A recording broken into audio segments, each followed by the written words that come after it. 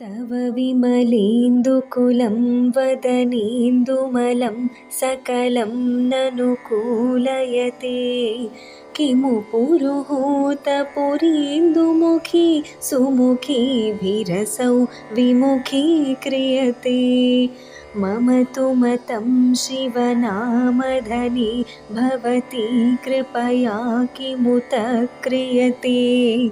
जय जय हे महिषासुरमर्दिनि रम्यकपर्दिनि शैलसुते।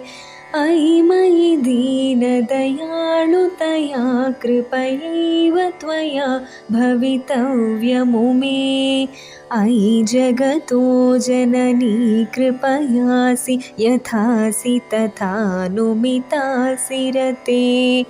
यदुचितमत्र भवत्युररी कुरुतादुरुतापमपाकुरुते।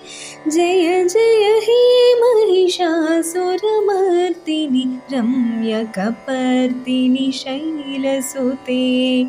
जय जय हे महिषासुरमर्दिनि रम्यकपर्दिनि शैलसुते।